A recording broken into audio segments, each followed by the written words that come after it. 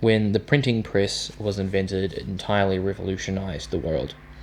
It led to the Lutheran Revolution, the Protestant Reformation of the Catholic Church into the many denominations which we know today. The world would be totally different if we were still stuck under a single Catholic paradigm of religion. Much of science was not possible until this division was produced. You have to have conversation in order to have novelty, new ideas. And the invention of the internet is at least as much of a revolution, if not a greater revolution. The printing press extended the capacity for manufacturing texts unbelievably greater than the hand. But it was still possible before the printing press to copy texts, to write new ones. It's just a very arduous process. Now, the capacity to distribute information is unbelievable. It takes no effort whatsoever. Each individual with a cell phone and a couple of social media accounts can communicate to the entire world if they wish, with no effort whatsoever. This is an unbelievable change. Unbelievable change. And the power will be incredible. So just as with the printing press, if you were a king at the time of its invention, you'd really want to get your hands on all the printing presses and make sure that you're in control. What we have now is those in our culture, our society, who have power as it is, desperately want to control this new Gutenberg revolution which we are experiencing.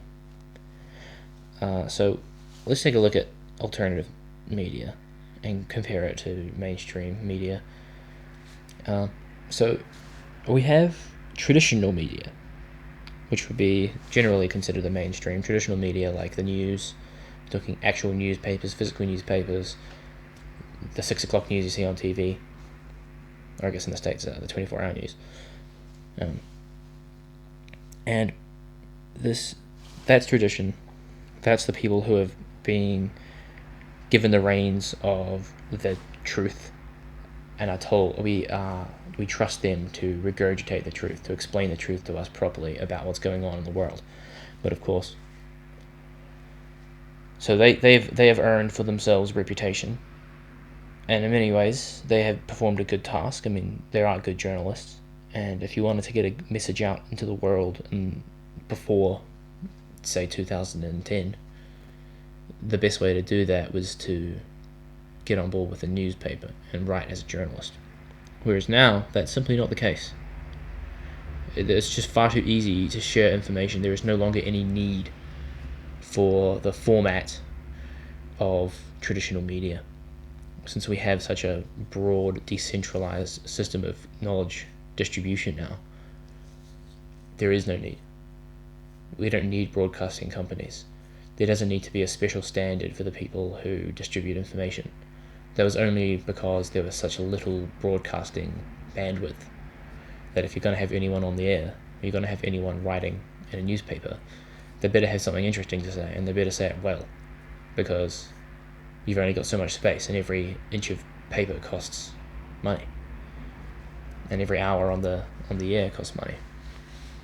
So it was the case up until very recently that if you wanted to share an image publicly, it was going to be very pricey, whereas now it isn't. Very different. So with social media, what we see is that power no longer depends, having influence over the internet space no longer depends on your capacity to offer a high bandwidth mode of communication, because it's simply so easy to create. Anybody can create a forum website like Facebook. A basic form of Facebook is extraordinarily easy to whip up. You might still argue that video sharing platforms, it's difficult to store enough information to give a large population that means of communication, and it really does require the resources of a large company like Google. But as I say, smaller sites like Facebook, well, not smaller, but simpler sites with less memory necessary to run them, don't require a large rich company to run them. So influence over the space, the internet space, in that regard, isn't so much a matter of being exclusively able to provide bandwidth. It's more an issue of having a monopoly. The only way that Facebook is able to influence the internet the way it does is because it has systematically quashed every alternative to it. Because it's so easy to create an alternative, they have to go around and squash them. They depend on their monopoly for their capacity to influence. Whereas something like the BBC in the 60s didn't need to squash alternatives because there were no alternatives. Or to the extent that they were far smaller. They had much more difficulty getting the bandwidth to get their message across. Now, it's not true. We don't need a special institution to give us access to international communication. It's possible for anyone. And right now we are at a stage in culture where, as I've said before, Nietzsche has declared the death of God, and he's right. Our ability to believe in anything has disappeared along with science.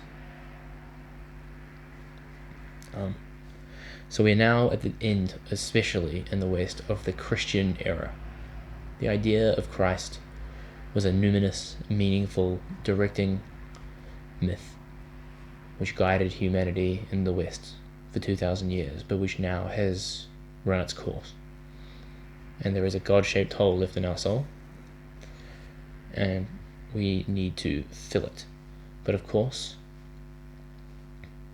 the way that I believe it's going to be filled is going to be significantly impacted by the rise of the internet and the ability to communicate. What it allows for is a natural process of emergence. So anyhow, we're at this stage in culture where it's like the end of Rome. Our ideal is gone. The thing which held our society together is now dissolved. And we're at this period where a whole lot of different alternatives, a lot of substitutes that we can stick into that God-shaped hole to feel complete again, are being generated. And it's my belief that via the internet as a accelerating tool and a communication tool, we are going to find it easier and easier, where it's going to open up an incredible plethora of options to find something that actually properly fits in that hole and can guide us properly. New God, Nietzsche considers it to be Dionysus. Dionysus is chaos, revelry, and you can easily see that Dionysus can express himself in the internet. There's no restriction. So we don't have to take all of our impulses and craft them with some Apollonian drive into something which is acceptable and cultivated. We can simply spit them out there into public space with no effort because the bandwidth is just so available to everyone. So you can see all of these Dionysian aspects of the human soul. The internet, therefore, is become some kind of collective mind, because the most any aspect of the human soul can be expressed and is going to be internationally available. So we get a compendium of various aspects of the human soul on the internet.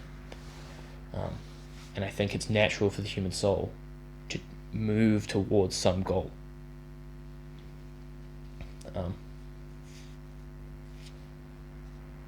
Now, if we follow Jung, the collective unconscious, the things which all human beings bring to themselves, the inbuilt patterns of behavior which play themselves out in every human's life, those are the source of myth. The archetypes inside of the collective unconscious generate myths. Those patterns of behavior are expressed in myths which serve as symbols for the patterns of behavior.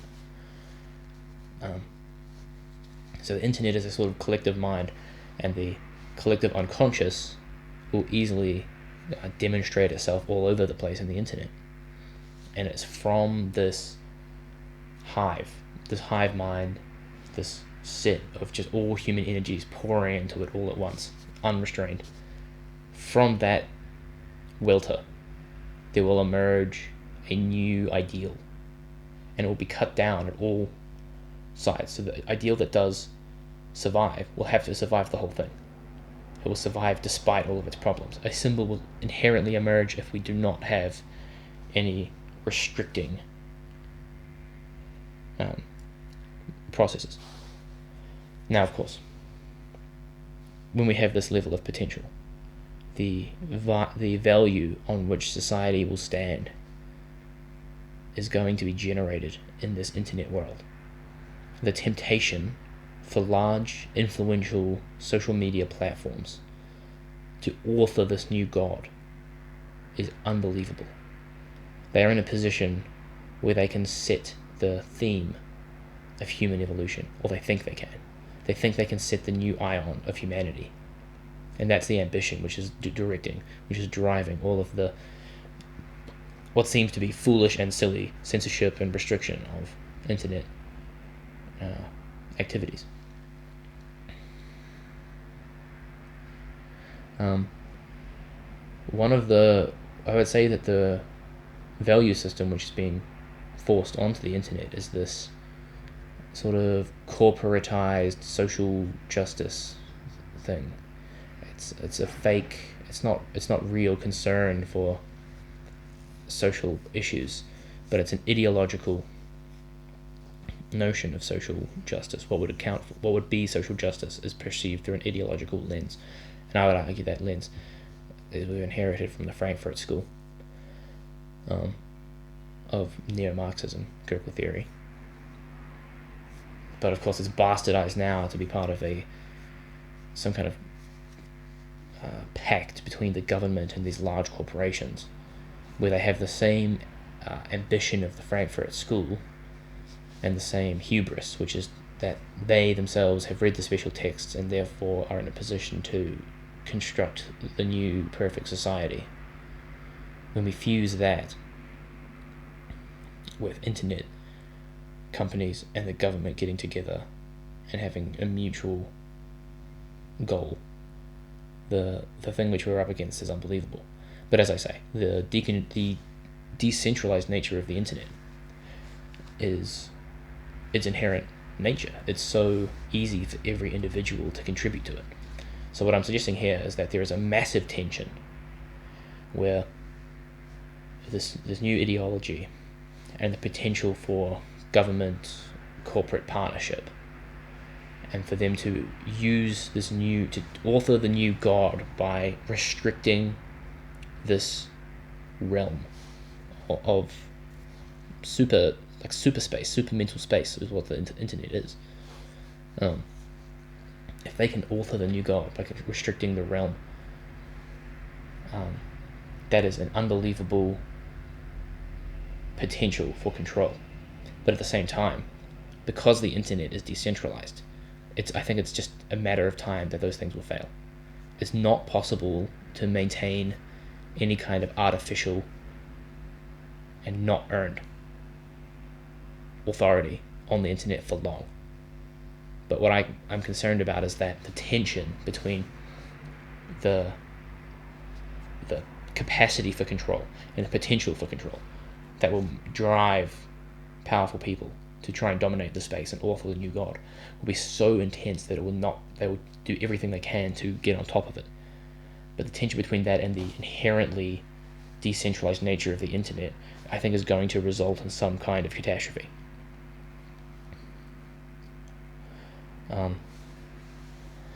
So the matter of hope here is that when Rome fell, the platform ranters became priests. The crazy people with the weird, unconventional theories, not all of them, of course, only a small sliver, but there had to be a new religion. The old religion died and there had to be a new one. And some people were lucky enough to be transformed from ranting platform ranters into the priests of the new world. But there is going to be a tension first, the tension between centralization and decentralization. Yes, you can control the surface of the internet, but if you try and control it too hard, people will simply flock to the dark web. And then, of course, you try and control that too. People will just create new ones. It's like whack-a-mole. The connections are laid already. And with the rise of Wi-Fi everywhere, it's just with the printing press, it became impossible really to stamp down information because books were too easy to create. You couldn't go into a place and get rid of all the books because someone would just make a new one because of their printing press. Now we're in that situation. It's as though we each have, 1,000 printing presses and employees to staff them, operating at full capacity 100% of the time every single day for each of us. So the idea that you're going to stamp down information is not going to last. And there's going to be this tension where we want to have a coherent world.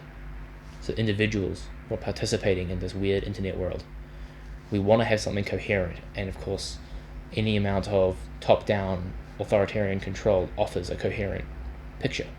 But it simply is not possible. When we have this outlet for Dionysian energy at the same time as we have the death of God, the idea that we're going to find some clearing in the woods easily is a fiction. There will be tension. There will be a catastrophe. I don't know what it's going to look like, but the tension will rise. And until the best thing that we can do is to do our best to find the new God, to fill the God-shaped hole in our soul with something that fits perfectly for yourself, and then see if you can find something that can fit for other people too. Because the sooner we get it, the sooner we can end the catastrophe, and hopefully we can get it before the catastrophe consumes us all.